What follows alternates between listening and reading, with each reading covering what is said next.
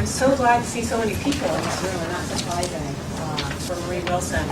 My name is Betsy Myers. I am the Executive Director of our Center for Public Leadership. And in my former life, where I worked in Washington for President Clinton for almost 7 years, in a variety of positions, which I had the privilege to work very closely with Marie Wilson, both in my role at the Small Business Administration, where I ran the Office for Women, and then at the White House, where I ran the Office for Women's Outreach, which is the new office. And in both those positions, Marie was a real partner and taught me a lot. I was very new to the women's community, and she was a friend and a mentor, and I admired her work tremendously. So it's a privilege today. When I saw that she was coming, I was very excited about a month ago, and so I saw that you were coming to the school. I just wanted to tell you a little bit about Marie, and then we'll let her say some remarks, and then open it up for questions, because I know a lot of you will have lots of questions for her. This event is co-sponsored by the Center for Public Leadership, WAP, and the Women's Leadership Circle. And thank you to Connie Jensen, who's our event person, who does lots of work around here and gets no credit. So thank you, Connie.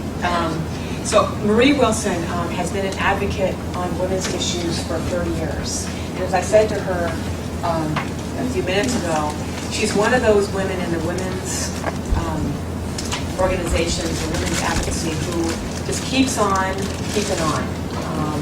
And she has been steadfast in her advocacy, which is not an easy thing, let me tell you. For someone who worked in it for a few years and then have moved out of it, she keeps on keeping on. And so it's women like Marie that have made a huge difference in our world. She became president of the Ms. Foundation in 1984, and in that organization she raised millions of dollars for women's and girls programs. In 1998, she co-founded the White House Project, which was a project to help get women in leadership positions, running for president and other high-level political offices. And in 1999, she founded the Women's Leadership Fund, which is a public education program to try to change some of the biases that people have about women's leadership. And I think from that, this got you probably motivated for the Vote, Run, Lead project, which is a national nonpartisan initiative to ignite the power of women's votes and women's voices. One of the things that I saw in my time in Washington was the numbers of women that did not vote. And we used to say that, I think in 96 it was something like 54 million women stayed home from the polls, some outrageous numbers. And we used to always say that if women would go to the polls and vote and elect their candidates that cared about women's issues, cared about domestic violence and breast cancers and economic equality and equal wage, what a difference we'd have in this world. But why do women stay home from the polls?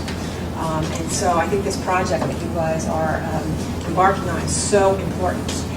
And will absolutely, this election coming up, which is so critical when you look what's happening in our country about women voting. So in this book, she just came out with Closing the Leadership Gap, which is a new book she'll share with us about. And we look at the Center for Public Leadership hoping to do some partnership with them and their organization, because we care a lot about young women and leadership at Harvard and at the Center for Public Leadership. So Marie, it's such a privilege to be sitting here with you. Thank you and welcome.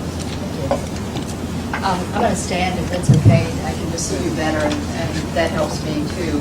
I want to thank Betsy and Janet and actually Barbara, all the people, Swanee Hunt, and you particularly, who had us here, because we are on a launching, raging campaign right now to use this book as our mandate and our manifesto to really look at how do we change the face of leadership in this country by getting a critical mass of women into leadership, and thereby leading side by side with men, change not only how women can lead, but very importantly how men are able to lead in America too, and around the world. But our part of it is just this part, America.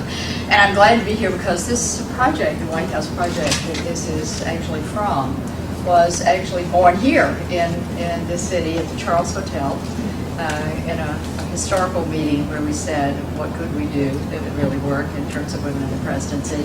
And I won't bury the lead. What we're using this book to do is to really get out there and again do something that a Harvard person advocated years ago, and that was Roosevelt Moss Cantor, for those of you who know Rosabeth, I mean, her research, I think, has been very important in having people understand what has to happen not just with individuals, that this country is so individualized, but what has to happen in terms of structure that changes the opportunities for individuals. And part of what she said that I have never lost in the last 30 years of my work is how important it is to structure opportunity in for people. And that's the issue. We are going around this year, and Lauren Wexel-Horn is here with me, who is the national director of our Vote Run Lead work. I want to tell you why we're doing this. We're going around the country this year, and not only trying to get the 15 million young women who stay away from the polls to really see themselves as a force in this election, but to do something that I think Rosabeth advocated years ago about any system, which is to tell them they have opportunity to lead, and our goal is to train 1,000 of them next fall in the basics of political leadership. Because if we don't start recruiting masses of women into the process, and not just say we want your vote, but we want your vision, we want your voice, we want your leadership, we're not going to change anything. So that's, I won't bury the lead. That's the lead. Now we'll go back and do the book and do why we're talking about this. I want to tell you first why I wrote this book. I wrote the book, for one thing, so that we could put down in one place so much of what we've learned in the last 4 or 5 years at the White House Project Women's Leadership Fund. But mostly I wrote it because of something that has to be on every one of your minds today, which is you can't pick up a paper and not say, what in the world could happen that would change the direction we're going in nationally and internationally. And my answer to that I think probably you all are allies in, I don't have to persuade you, is to get a critical mass of women into leadership in every sector, but particularly in the political and business sectors of this country. And that's what this book is about. It's about something that I think so many of us who are at least, I don't know, there are a few women around here who remember 1992, the year of the woman and men. I feel like I forget when I get in places. I mean, I'm one of the mothers who take our daughters to work, and I went to Brandeis the other night and found out that 90% of the girls had gone to work with somebody, and I was like, my God, I'm so old. So I have to look around and say, 92, how old are these people? But in 92, so many of us thought that things were just moving, that, you know, the whole area of women's political leadership particularly was moving in such a direction, and that we weren't ever going to have to push it again. It was just off and running. And we were the most surprised people of all to find that the year of the woman was indeed a year, and that was it, because it has not moved. It is really stuck. One of the things that I hope most of you do know, unfortunately, is while we're asking Iraq, if and when we ever get to the government in Iraq, to have 25% women, we are 14% of the Congress of this country. We are at 20 to 22% of state legislatures, and I want to remind you that number has been at that for a decade like that, stuck at that number for a decade, 20 to 22%. That of the Fortune 500 CEOs, we're 8 of the boards for the Fortune 500 companies that so badly need women. It would take 25 years to get 25% women on those boards. And perhaps the number that most startles people, depending on the day, this number varies, but we're either 57th or 59th in the world with regard to women's political representation, behind Andorra, Slovakia, Vietnam, and all those Scandinavian countries. And this confounds folks when we're out there fighting and dying to be a representative democracy or asking other people to be one. And we are not yet, by diversity of women or by women alone, a representative democracy. So let me move right on to the good news, the bad news, the ugly, whatever. The good news that we are putting out is that we did some research right before we went out with this project and found out that we are welcome. In other words, 3/4 of Americans think that having women in politics and in political leadership is important. So the bad news is, guess what? Most people think we're there, don't they? I mean, what's hard is to change a problem that people think is solved. Deborah Rhodey of Stanford talks about this. She said we've moved from the problem that has no name to the no-name problem. And I think she first said this at a conference at Harvard. It was out of her book when it got widespread attention. Because what we're dealing with is a country that thinks that women's leadership is moving right along. They look at that State of the Union address, they see these red and green suits dotted, they keep people going colorblind, and they say, look at all those women!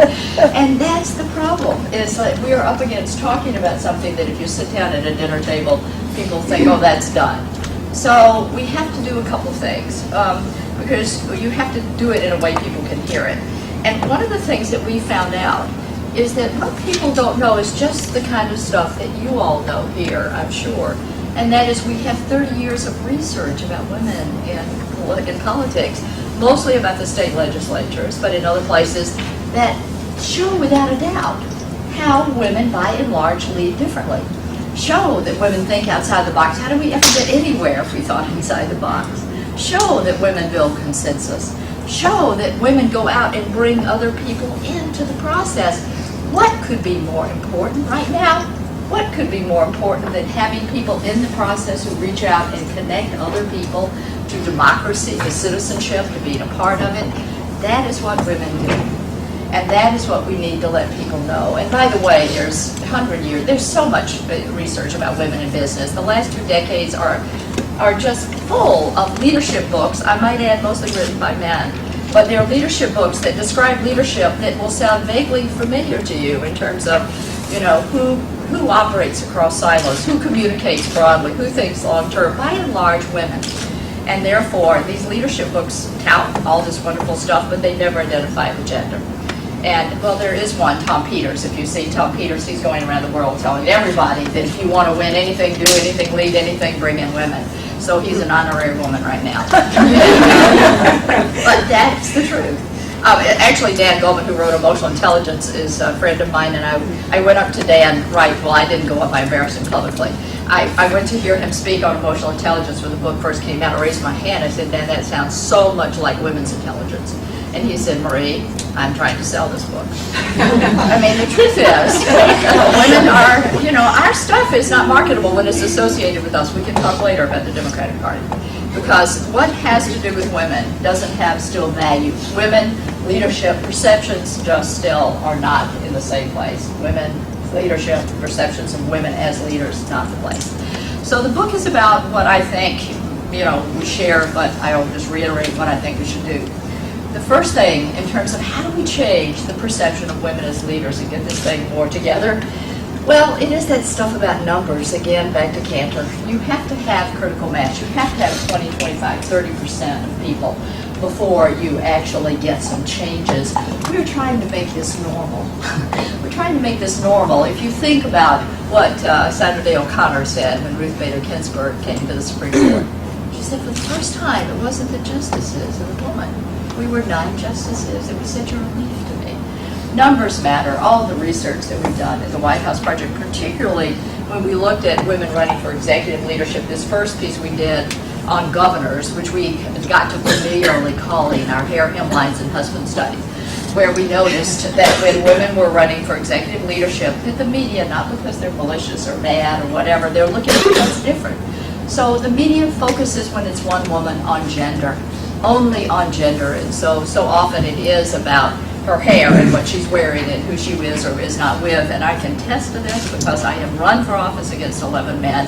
I actually won years ago and left that office to come do this work 20 years ago.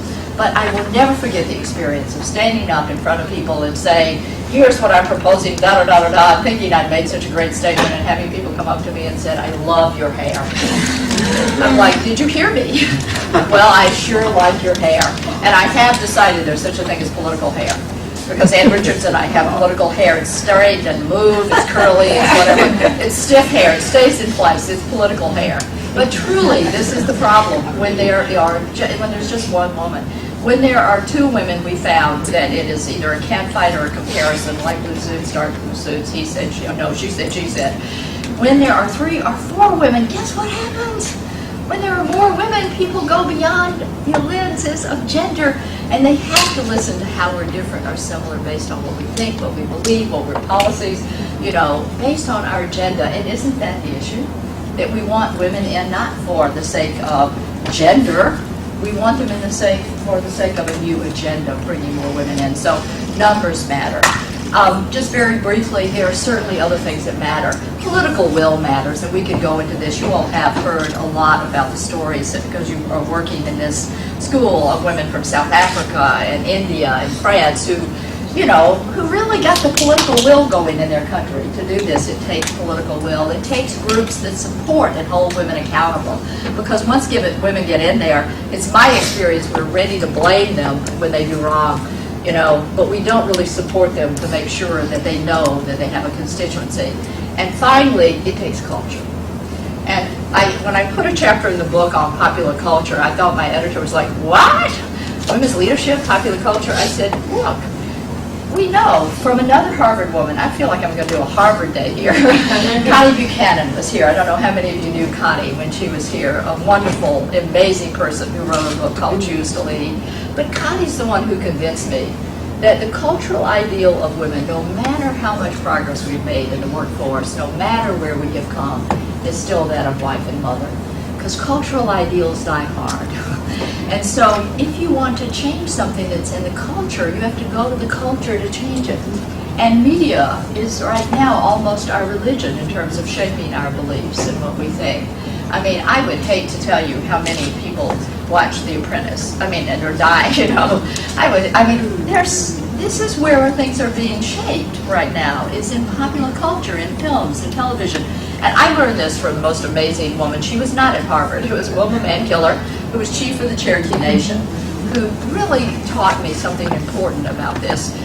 When I first came to New York 20 years ago, I went to a party where Wilma was coming to New York too, and it was astounding. I never met her, but men were plastered around the walls. And I said, what's wrong? And they said, well, Wilma Mankiller is here. I said, well, great. They said, well, you know, she got up and spoke, but she understood it. She had read the room, so she got up and said, I just want to assure people my name is not Mankiller. And people, whew, and then she said, it's White Mankiller. I mean, it could be her name, it probably is. But the important point is she really understood. She understood what was going on. She diffused it. She was a cultural genius, and she really showed me something that made me go to culture. And that is, she said, you cannot start where you are if you want to change something, Marie. You have to start where other people are.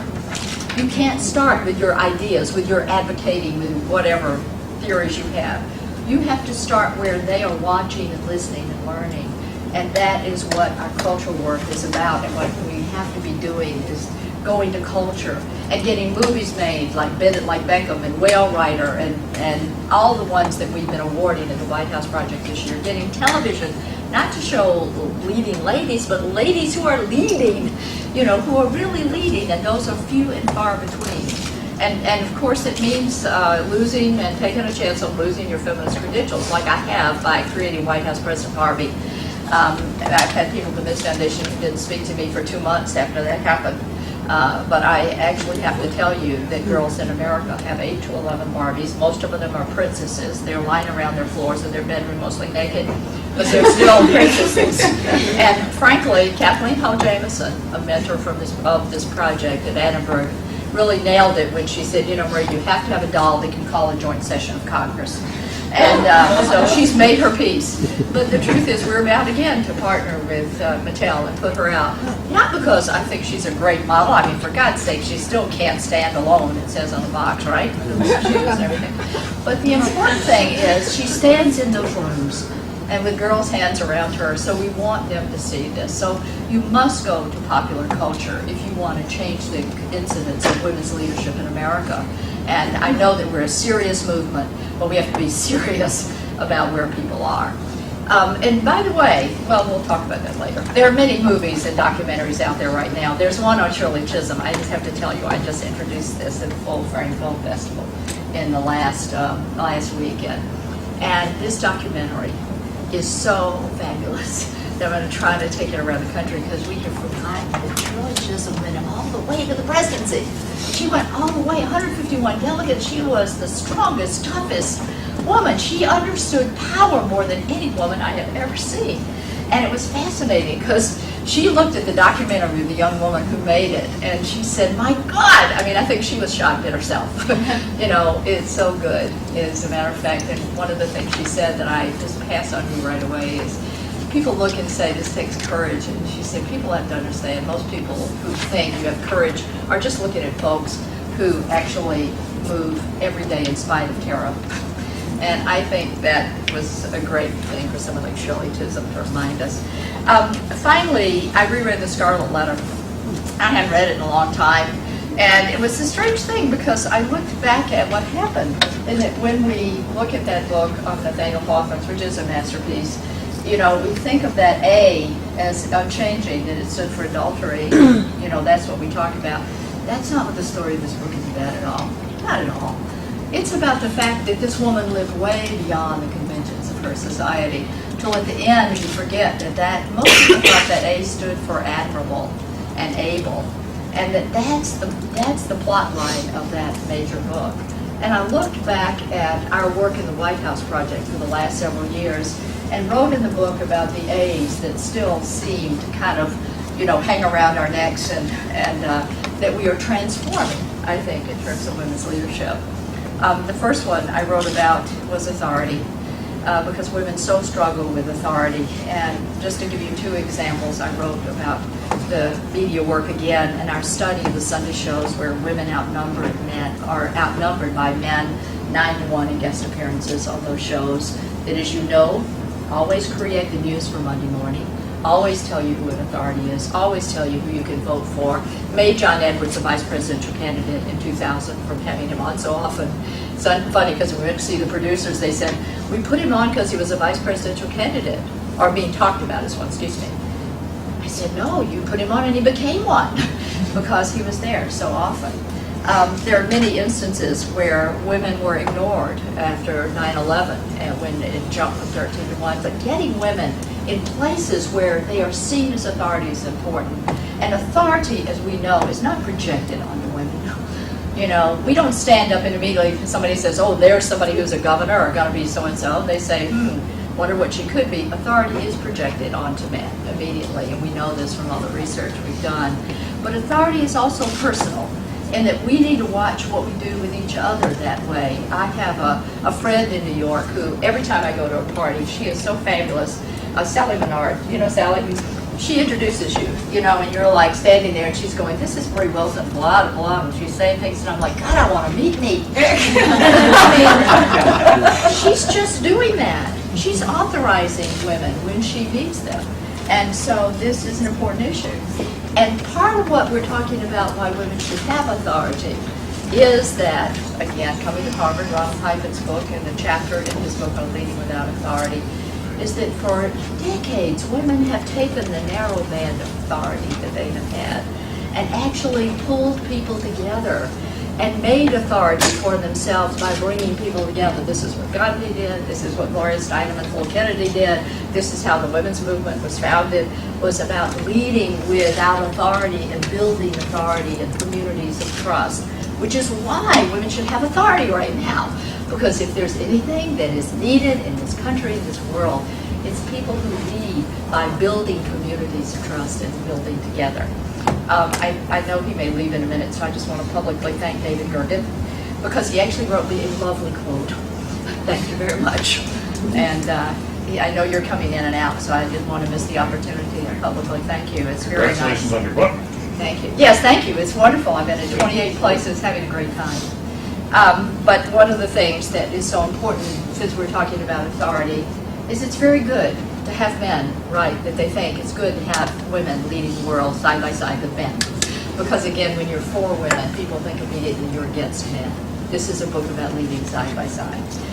When it comes to ambition, we are still ambivalent about women's ambition. The first thing I need to say about that is only just to say Hillary Clinton, and you can remember how our country got polarized around Hillary Clinton as somebody who mirrored a kind of ambivalence that we have about ambitious women. Oh my God, well luckily her vision worked for her in terms of making good on it. But I know that David and some of you who are around know that when we first put out 5 years ago the 20 women who could lead America and put it out, you remember this in the polls, in Latina and Essence and Parade and people in all over the country. And here were these 20 women, varied by race and region and who they were, and they were fabulous. And my friend said, aren't you going to call them and tell them? He said, no, I'm not going to call them and ask them if they want to be on a straw poll about 20 women who could be the president. I mean, what are they going to say? And they said, oh, they'll be so embarrassed. They thought they'd be embarrassed because we would out them as people who might be ambitious. Well, let me tell you, I called Mae Jemison, who was my first call, first African-American astronaut who could be the president tomorrow, and I feel very comfortable. So I said to Mae, you know, this is what we're doing. We got Marie Wilson, we put you on the straw poll, we want people to vote. And she was like, yeah, oh, that sounds good. And it went like that the whole way down. What calls did I get? Marie, why am I not on that straw poll? Come on, it's that kind of like, we'll be so embarrassed. No, women want to lead. They want to be the president. They want you to talk about them. I had a call with somebody, by the way, which I'd love your opinion on, which was about why aren't women writing Carrie? By the way, why aren't women writing Carrie? That was the phone call from somebody here. And I thought it was a great phone call because they mentioned the fact that men were writing Carrie about being the vice president. But she didn't know of any women that were writing Carrie, right? I know. I said, you know what? I don't think women have the luxury of kind of stepping forward in this particular environment and putting themselves up. I just don't. I could be wrong. We can talk about it. But I think it's a little different for women, speaking of ambition. And the worst place about ambition is we are stuck at the level of political ambition. And that is all the research that's been done about how men who see men out there in office and say, I could do that, and so they self-identify, 37% of them.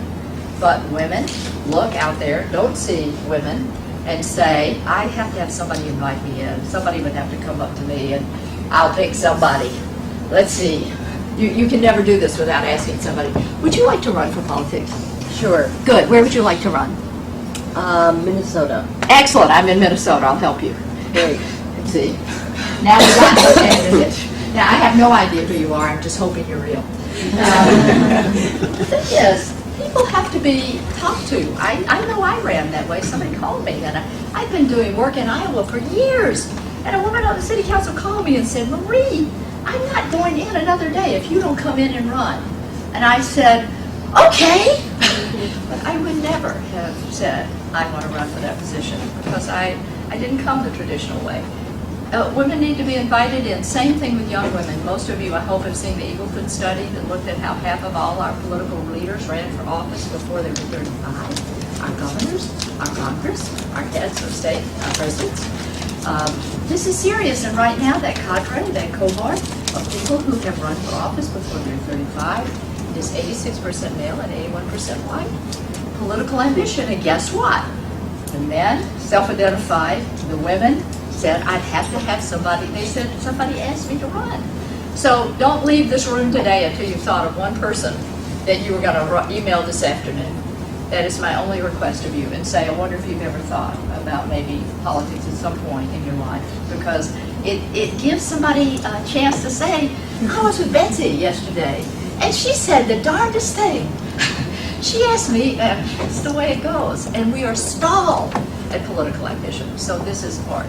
Ability, let me just say two things. The abilities that women have don't get treated seriously, and that is a problem. And one of the things that I want to say, because I'm at the school and so appreciate it, is that I wrote about the work that was done on women YJPs, because I feel like that whole issue of what women have to bring to peace building, what women have to bring to conflict resolution, that is starting to be respected by the European Union, by the UN, but hasn't really taken root here is so important. Women, as Joyce Fletcher at Simmons College says, their abilities disappear in the workplace. Not because they're not good, but it's when women do them, they get seen as mothering. They don't get seen as powerful. If you don't believe me, look at Giuliani, my very own mayor, who, I mean, no woman could have been a Giuliani and lived in New York or ever gotten elected, because he is a tough man. He's an all boy all the time, 24/7. But after 9/11, he added a touch of care, and we worshipped at his throne. Men can add nurturing, men can add bringing people together, men can add this stuff and it gets done. But men who don't have power and women do not have it accrued to them as leadership. And Joyce Fletcher wrote about this in a book called Disappearing Eggs. I actually recommend to you how women's leadership disappears. And so that, how do we really, how do we salute those abilities? And finally, if we were to actually deal with ambition and authority and ability in a different way, what I say is we get authentic leaders. We would get men and women who could bring all of themselves into the room, and that's what we're looking for. I only say, how many of you have seen Fog of War?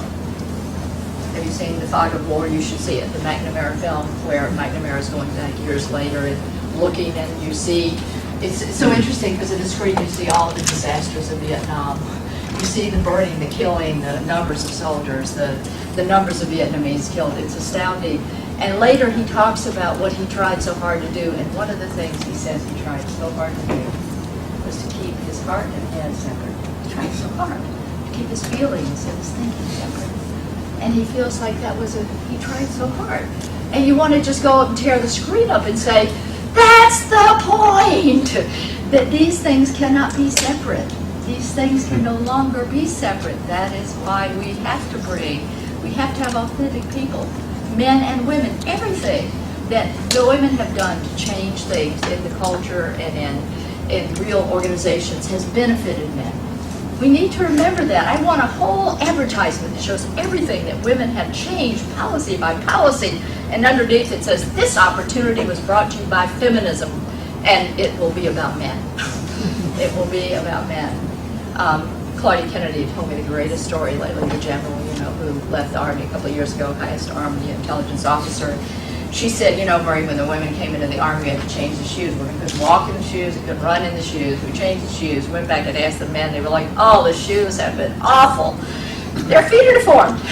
I mean, they haven't been able to run in the shoes either, but did men get to say this? No. Women had to say it, and that's what's wrong.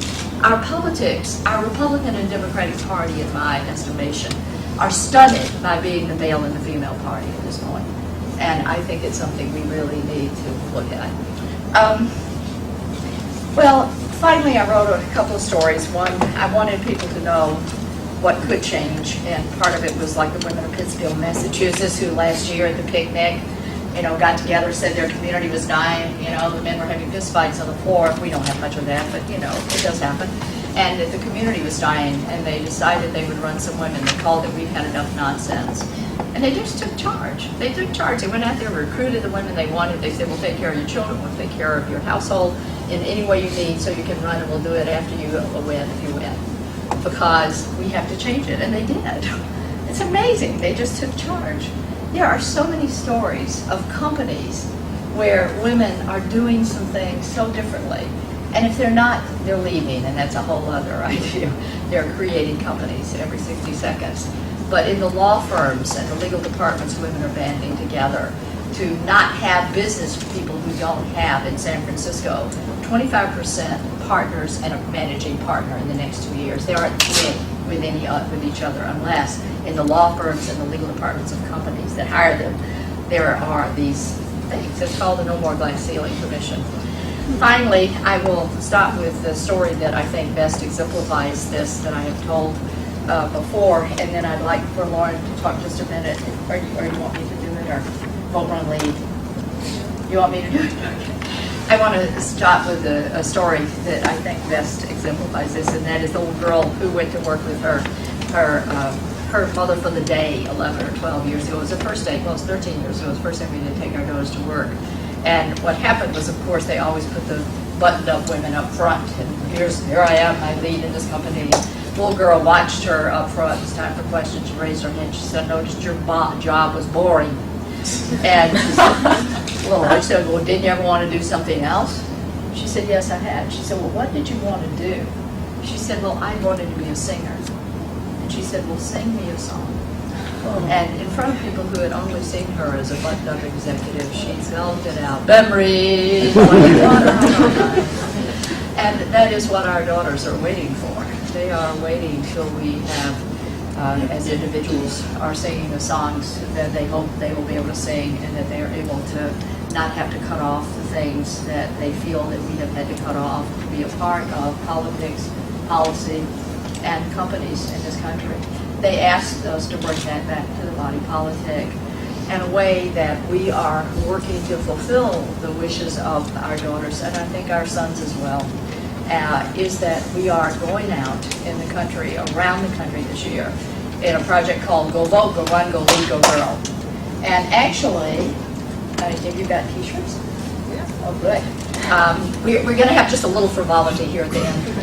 This is an important initiative. We're on the ground. We have people in different states. We're partnering with folks to get those 15 million young women, particularly, who didn't go out to vote this year, and others, to be voter activists and recruit people.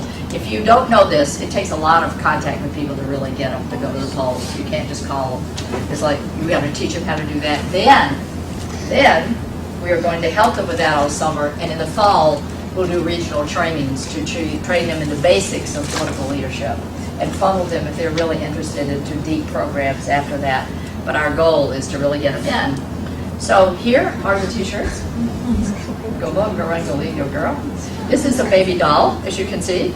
And let's see, what's the percentage of women in Congress? Raise your hand. Raise your hand. Yeah? 14%. Oh, okay. I don't think I told them that, but let's see. How many women governors do we have right now? 8. Where are you? Woo! And do we have another thing for a book? Sure. How many women between the ages of 18 and 34 did not vote in the last elections? 15 million. 15 million? Yeah. Look. We have a big t-shirt. We have a big t-shirt. What about the book? Where's the book? Oh, that's your book. This is your book.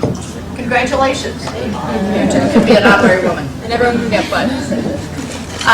That's it. I'm excited about being here. I want to hear your answers as well as your questions, because you all are thinking about this stuff all the time. Thank you so much.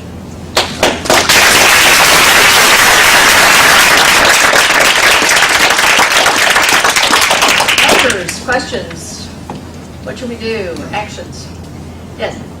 I'm interested in getting young people to register and vote too. How do we keep them involved? What is that if you register them now and the summer comes and there's... We're going to have, that's actually what we're doing. We are partnering in about 5 to 7 states very deeply. We have field organizers, and they will be contacting the women who initially come to our Get Out the Vote trainings throughout the summer, engaging them with some cultural events, WNBA, Rock the Vote, and we will be in touch with them, and the momentum will keep on going through the fall.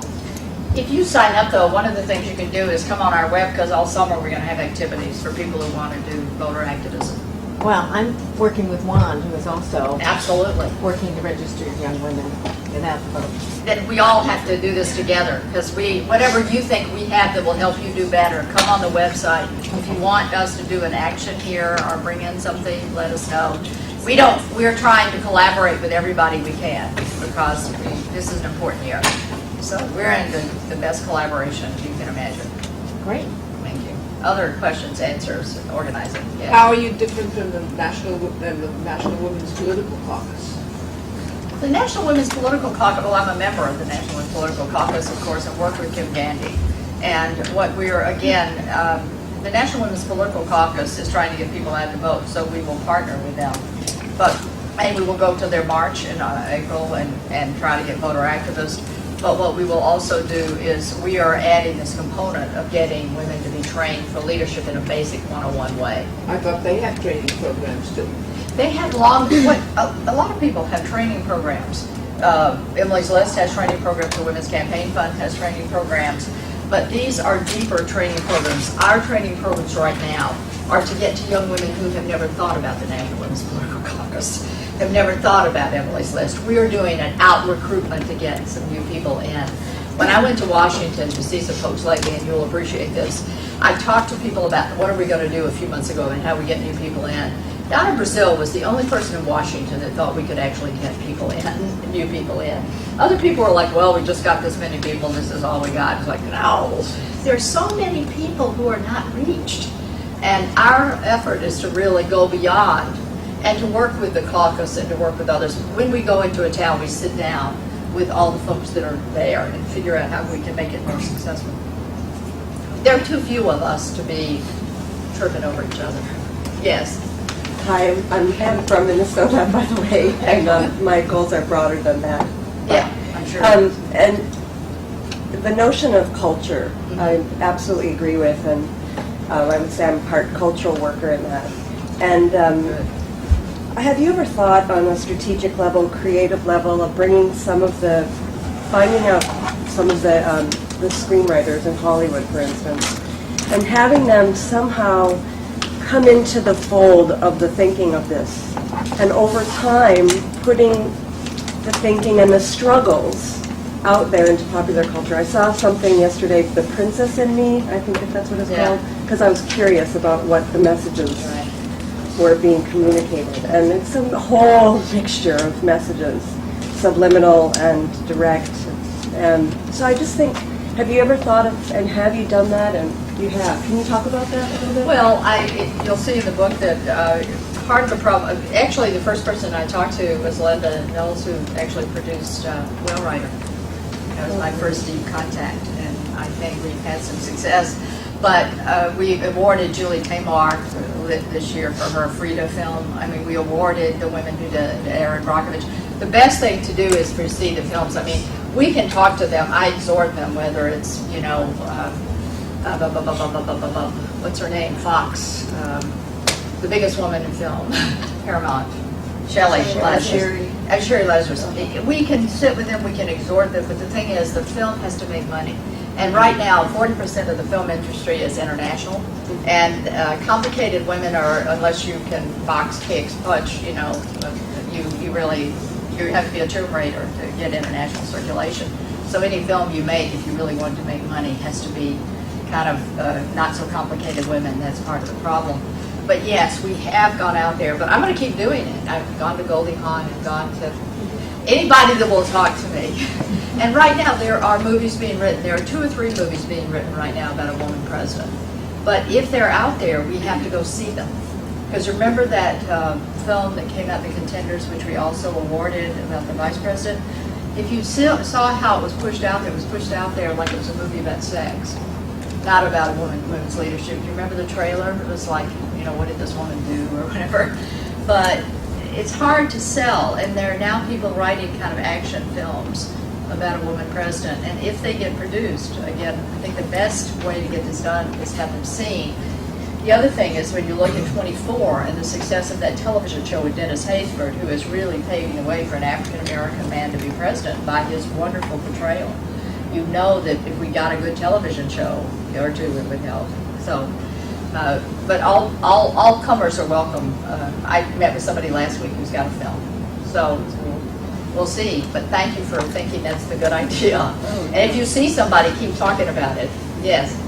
I was going to ask you, I think it's also a problem, you talked a lot about getting women to vote and getting women to become involved in politics, and I think it's also a problem that men don't see women as leaders. And do you think that there are maybe, you talked about strategies, to encourage women to get more involved, and do you think that there are different strategies for getting men to see women as leaders and to actually vote for a female president? Well, I do think the primary strategy is, again, culture and numbers, because men watch television too. And when they see a very tough Supreme Court justice on West Wing, that's good for young men. By the way, the underground strategy that I'm pushing and that we award is women's sports. It's not just because of the way women play sports, but the way that young boys are wearing the T-shirts of women who are running up and down the court. The 2 areas that are hard for women, or women have difficulty, particularly in executive leadership, are persistence and toughness. And so when these little boys come into the WNBA games in New York and they have on all the T-shirts of Becky and Teresa Witherspoon, etc., I know that that's a long-term strategy for change. So some of these strategies are ones we wouldn't think of. The best strategy is getting numbers of women because, men, this is a systemic thing. And so if we can change those numbers, that will change it. But also, again, to get more women who are seen. When Glenn Close played that tough role in Air Force One, I mean, she moved us closer than a lot of stuff because again, it's that normalizing it. It's not that men aren't willing to follow women or have them lead. It's just not normal, and so there's this like, we don't have experience with it yet. But if you have another strategy, I'm open. And we got to get numbers running. I mean, the other thing is to get numbers running. Let's start talking about the women who could be president in 2008. I mean, just talking about it helps. Yes. Yes, ma'am. Because of the correlation often between the women's movement and the Democratic Party, what do you have in place to avoid this from being another issue that polarizes the country more? So that you get both Republican and Democratic women out there, not... Well, the first thing is you choose a state like Maine. So you go in and you have two, really great Republican women who are in the Senate, who are in Maine, Olivia Snow and Susan Collins. So you're on the ground, you're traveling, and you're highlighting the women that you want to see in power. So you have to do that. The second thing is you have to go out there and remember that young women are by and large, I think almost 40% independent. So they're not as interested in hearing about your parties as they are your policies. They want to know what you think, they want to know what you believe, they want to know if we can talk to them about the issues they think are important.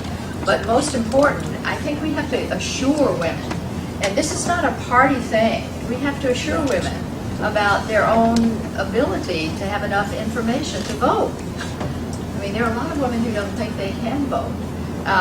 So if progressive means democratic, then that's an issue. But frankly, I was mentored by a woman named Mary Louise Smith, who was chair of the Republican Party under Bush.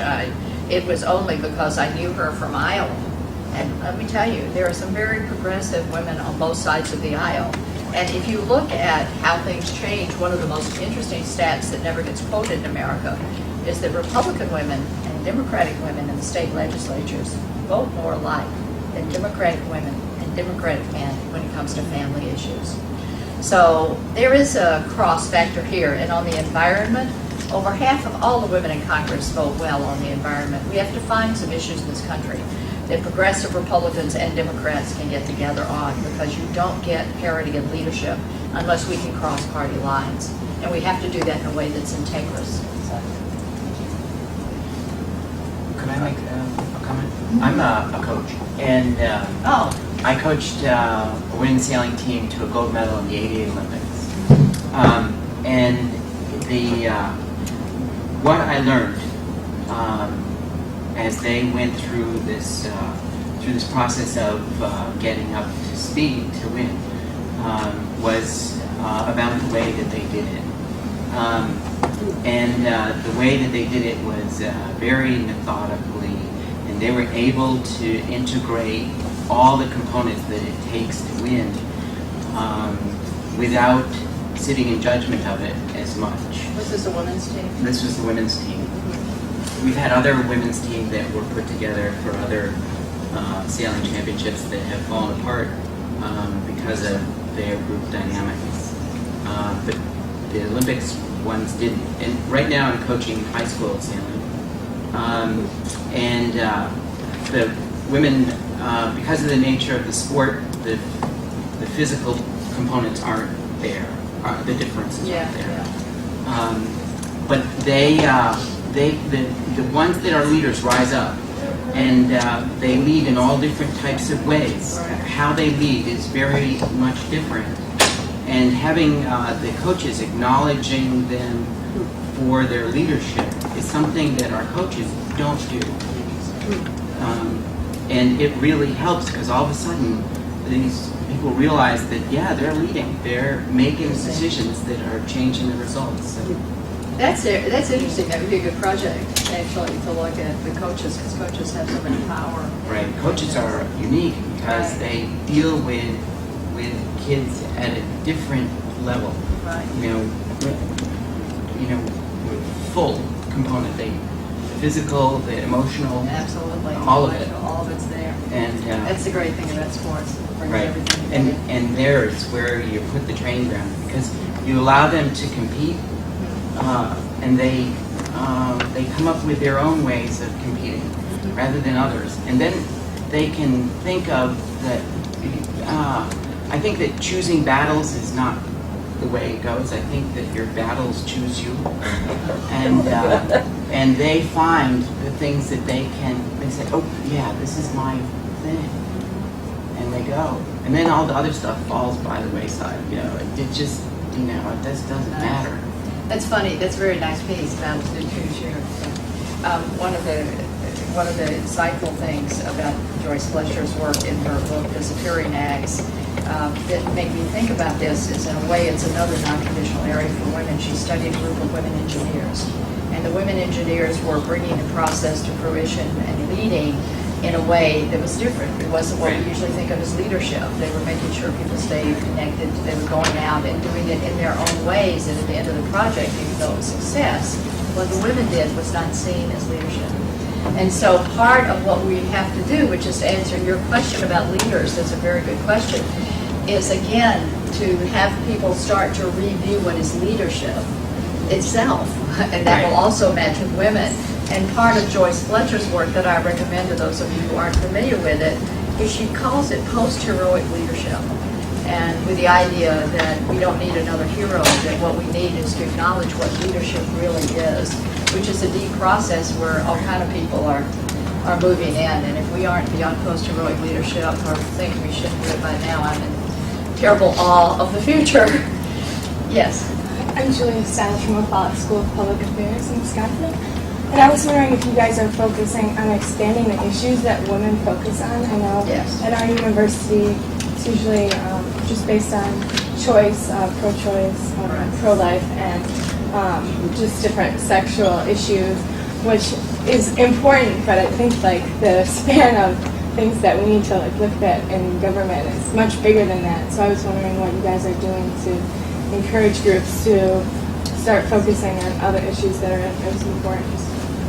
Well, I think there are many issues out there right now that are very important that women want to know about, and we're looking at the issues around the economy that women will want to know about, the issues around education, and the issues, I tell you, one of my pet things, if we can ever get it done, which I'm sure you all completely understand and appreciate, is how we get women to understand and trust their views on foreign policy. Because all we know, and there's not near enough research on this, but all we do know about the way that traditionally women view, for instance, foreign policy is that they vary in that they are more interested in actually being able to negotiate than they are in military. They are more interested in having a part of their trade dollars not just go to countries, I mean the foreign policy dollars not just going to companies or countries that we are trading with, but they are interested in equalizing the conditions of life in other countries because they're used to neighborhoods. And you know that if your neighbors are suffering, your whole neighborhood's in trouble. But I don't want to make it, I don't want to dumb it down. It's very simple but important things about how we keep our country secure that women need to be involved in. And part of that is how you keep your body secure in terms of choice, but there are other parts to it in the environment. So I hope we can expand women's trust and interest in a variety of issues, and I don't think we'll have to work at it. I think we just have to talk to them and make sure they get enough information or whether they feel they can talk about it. I don't think women feel like they know enough half the time, and so that's why we don't have to go forward and talk about those issues. Yes? One, I just recently visited my representative in Congress, Marsha Blackburn. She rocks, and she'll probably be able to stay in Congress for a long time. Not as long as she wants to, I imagine. But one thing that's concerned me lately is it looks like to me that contemporary feminism is kind of allowing the denigration of women in popular culture. And it just appears that way to me, and I'm just interested in what you think Contemporary about that. feminine. In other words, we're allowing it? Yeah, I don't see people speaking out against it like I used to. Against? MTV, the whole denigration of women thing. I mean, take for instance the WNBA, I mean the NBA, the football league. Yeah, the halftime of the NFL of the Super Bowl. Yeah. I mean, it was just I was shocked even before the breast incident of the denigration of women, and I just don't see people speaking out against it like I used to. Well, I actually think that for one thing, what we have done for years is stand up on these issues. It's time for men to stand up. I agree. Because frankly, they don't listen when we stand up. We wrote a letter. Our foundation wrote a letter. Our women's organizations all the time write letters to these folks and say, this is not the way that we want women portrayed. You know, you can't, I mean, we've written to all kinds of folks. But you know what? It doesn't get publicized. It's again, is our voice valued? I think when men start writing letters about their daughters, and that's what happened with Take Our Daughters, men stood up and said, this is what I want for my daughter, I'm bringing her to work, I want her to be so-and-so. I'm into a movement where we support some more men to speak out on this. And there's a group that we helped start called Dads and Daughters, which is doing this. And I think they're very effective because they're men speaking out on behalf of daughters. Daughters aren't as upsetting to people, you know, as individual grown-up girls are.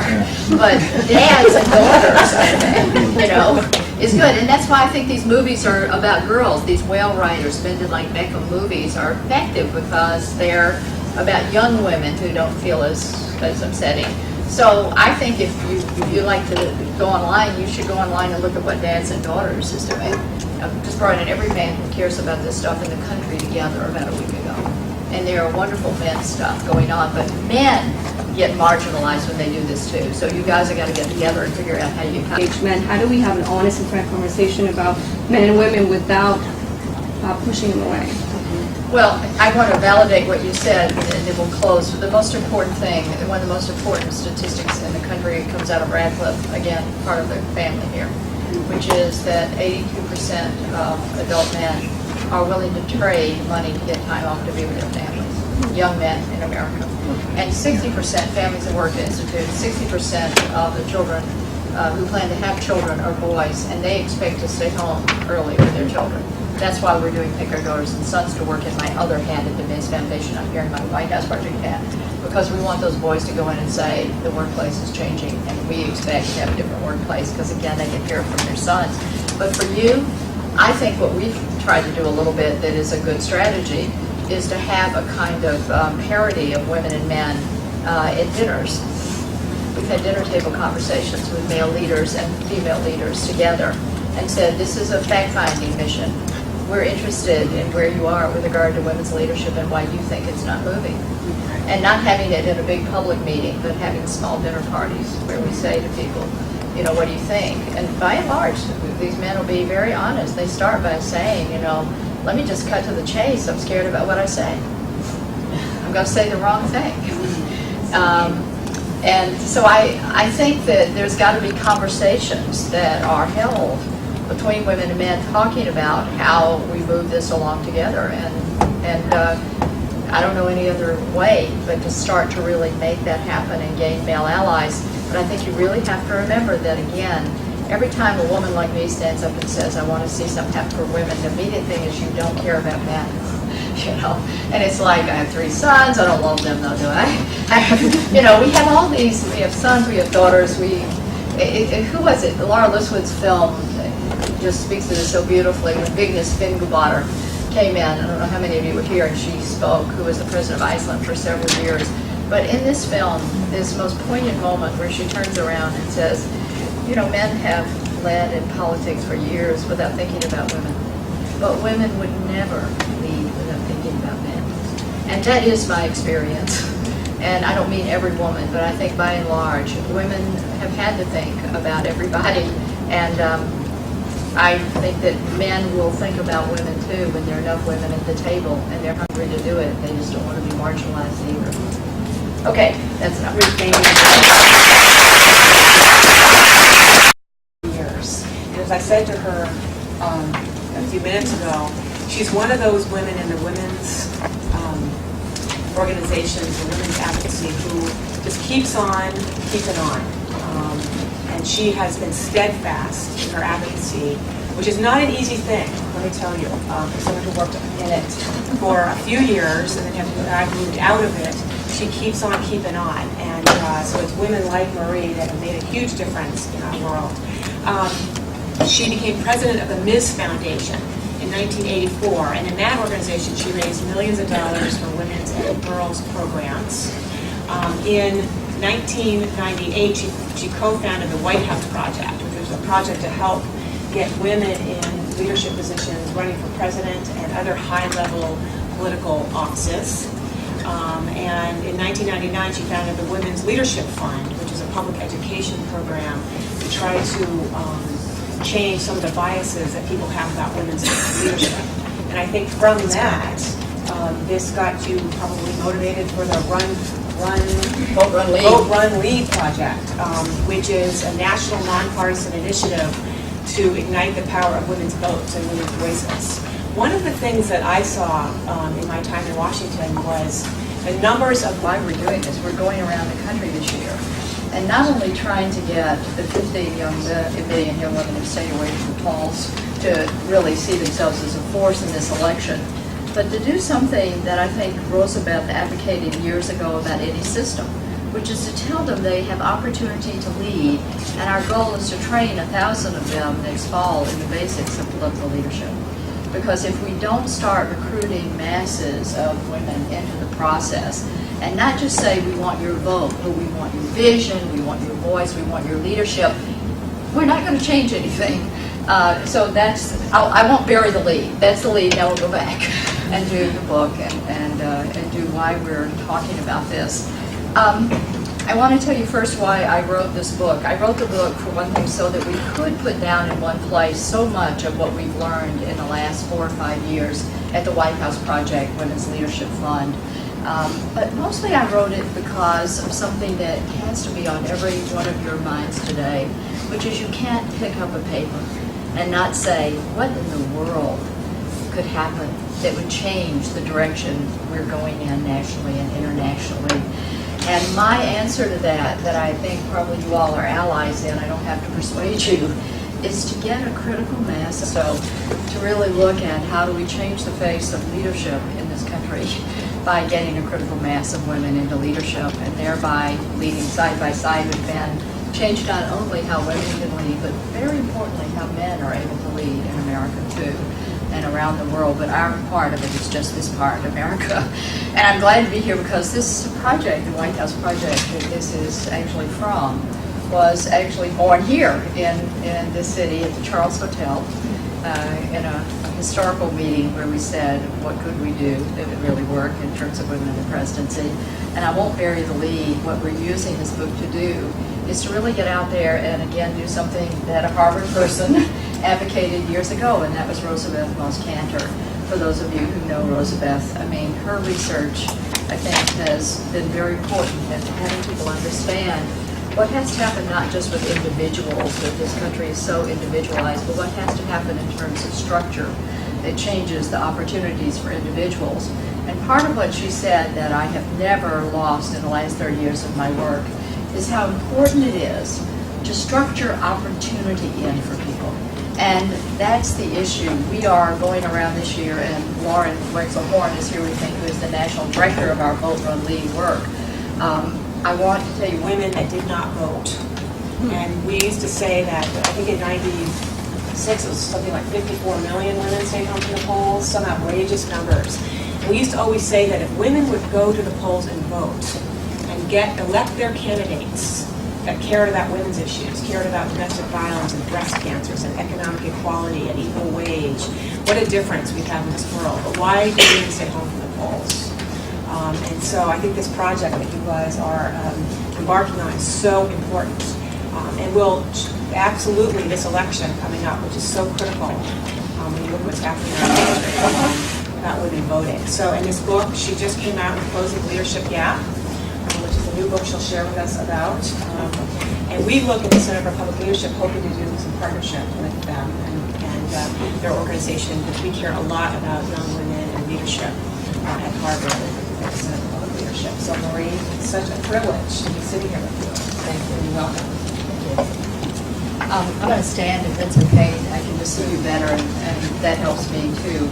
I want to thank Betsy and Janet and actually Barbara and all the people, Swanee Hunt, and you particularly, who had us here, because we are on a launching, raging campaign right now to use this book as our mandate and our manifesto. I'm so glad to see so many people in this room, and not surprising for Marie Wilson.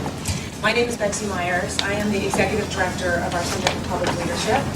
And in my former life, where I was in Washington for President Clinton for almost 7 years, in a variety of positions, which I had the privilege to work very closely with Marie Wilson, both in my role at the Small Business Administration, where I ran the Office for Women, and then at the White House, where I ran the Office for Women's Outreach, which is the new office. And in both those positions, Marie was a real partner and taught me a lot. I was very new to the women's community, and she was a friend and a mentor, and I admired her work tremendously. So it's a privilege today.